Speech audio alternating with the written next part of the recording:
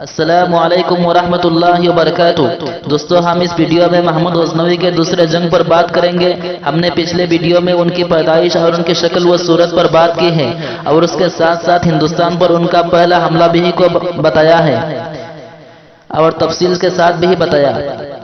آج ہم بات کریں گے کہ انہوں نے ہندوستان پر دوسرا حملہ کس طرح کیا اور کس طرح بہادری اور اعلیٰ ہمت کے ساتھ جیت بھی گئے۔ محمود غزنوی کس قدر بہادر اور اعلیٰ ہمت والے تھے یہ تو ہر ایک کو پتا ہے۔ جب کوئی دشمن ان کے سامنے کھڑا ہوتا تھا تو ہر ایک دشمن ہلنے لگا، یہاں تک کہ اس زمانہ کی عورتیں بھی سلطان محمود غزنوی کے نام سے اپنے بچوں کو ڈراتی تھی۔ یعنی جس طرح آج کل عورتیں اپنے بچوں کو بھیانک چیز سے ڈراتی ہیں، ایسے ہی ان کے نام سے ڈرایا جاتا تھا۔ اسی طرح ایک دلچسپ واقعہ مشہور ہے تاریخ کی کتابوں میں کہ ایک بار سلطان محمود غزنوی نے ہندوستان پر حملہ کیا اور بہت سے ہندو جنگ میں قید ہوئے جن کو وہ اپنے ساتھ غزنی شہر لے گئے۔ ان میں سے ایک آدمی بہت ہونہار اور ہوشیار تھا، اس کو آزاد اور رہا کر دیا۔ ساتھ ساتھ سلطان محمود غزنوی نے اس کے ساتھ اور اچائی کا مظاہرہ کرتے ہوئے ان کو بہت سارے علوم سکھانے کا موقع فراہم کر کے دیا۔ جب وہ نالج سیکھنے سے فارغ ہوا تو اس کو حکومت کا عہدہ دے دیا گیا، حتیٰ کہ کچھ دن بعد ان کو ایک صوبیدار بنا دیا گیا۔ جس وقت بادشاہ محمود غزنوی نے ان کو تخت پر بیٹھایا اور تاج سلطنت سر پر رکھا تو وہ آدمی رونے لگا۔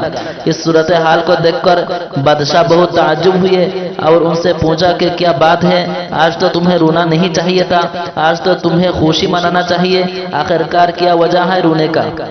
بادشاہ کی وجہ پوچھنے کے بعد انہوں نے جواب دیا کہ میں کوئی تکلیف کی وجہ سے نہیں رو رہا ہوں، بلکہ مجھے اپنے بچپن کا ایک واقعہ یاد آ گیا، اس لیے میں رو رہا ہوں۔ بادشاہ نے کہا کہ کچھ وضاحت کرو جس کی وجہ سے آپ آج خوشی کے بجائے رو رہے ہو۔ تو اس آدمی نے کہا کہ بادشاہ سلامت، جس وقت میں چھوٹا اور نوعمر تھا تو آپ کے حملوں کی خبریں سن کر ہم کانپتے تھے اور عورتیں آپ کا نام لے کر بچوں کو ڈرایا کرتی تھی اور میری ماں بھی آپ کا نام لے کر آپ سے ڈرایا کرتی تھی۔ اس وقت میں سمجھتا تھا کہ پتہ نہیں بادشاہ محمود کس قدر ظالم اور جابر ہوگا، حتیٰ کہ آپ خود ہمارے ملک پر حملہ کیا اور میں جس فوج سے تھا اس فوج سے آپ کا مقابلہ ہوا۔ اس وقت تک میں آپ کے نام سے بھی ڈرتا تھا، پھر میں آپ کے ہاتھوں سے قیدی ہوا تو میرا پسینہ نکلنا شروع ہو گیا، میں نے اپنے آپ کو ہلاک سمجھا۔ اب مجھے ایسا محسوس ہونے لگا کہ اب میری زندگی کا ہر لمحہ میری آخری لمحہ ہے، اب تو خیر نہیں۔ مگر بادشاہ سلامت، میں ان لوگوں کے باتوں کے خلاف آپ کو پایا، یہاں تک کہ آج مجھے آپ کے ذریعہ بادشاہت کی ٹوپی پہنایا جا رہا ہے، تو میں آج خوشی کی وجہ سے رو رہا ہوں اور مجھے خیال آ رہا ہے کہ کاش میری ماں زندہ رہتی تو میں اپنی ماں کو جا کر بولتا کہ دیکھو ماں، یہ وہی بادشاہ کا احسان ہے جس کے بارے میں تم لوگ ہم کو ڈراتی تھی۔ ناظرین، اس آدمی کی بات سے یہ بات سمجھ میں آ گئی کہ محمود غزنوی کا رعب لوگوں کے دلوں میں کیسے بسا ہوا تھا اور لوگ ان سے کیسے ڈرتے تھے۔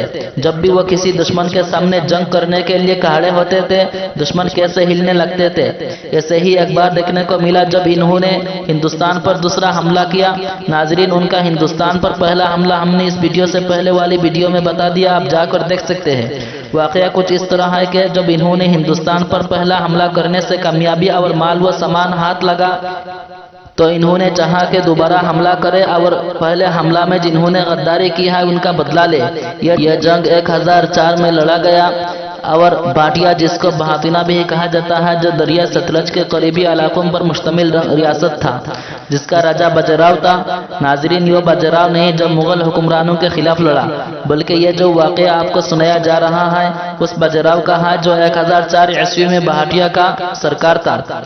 چلیے کچھ تفصیل سے بتاتے ہیں کہ جب محمود غزنوی نے دیکھا کہ بھاٹیا کا سرکار مسلمانوں کے ساتھ کڑوا رخ اختیار کر رہا ہے اور اس سے پہلے جو دونوں یعنی باجیراؤ اور محمود غزنوی کے درمیان معاہدہ ہوا تھا کہ وہ ہر سال کچھ پیسہ دے گا سلطان محمود غزنوی کو، لیکن وہ ادا نہیں کر رہا تھا، جبکہ راجہ انندپال بھی ادا کر رہا تھا جو دوسرے صوبے لاہور کا راجہ تھا۔ تو محمود غزنوی نے 1004 میں اس پر حملہ کرنے کا انتظام کیا۔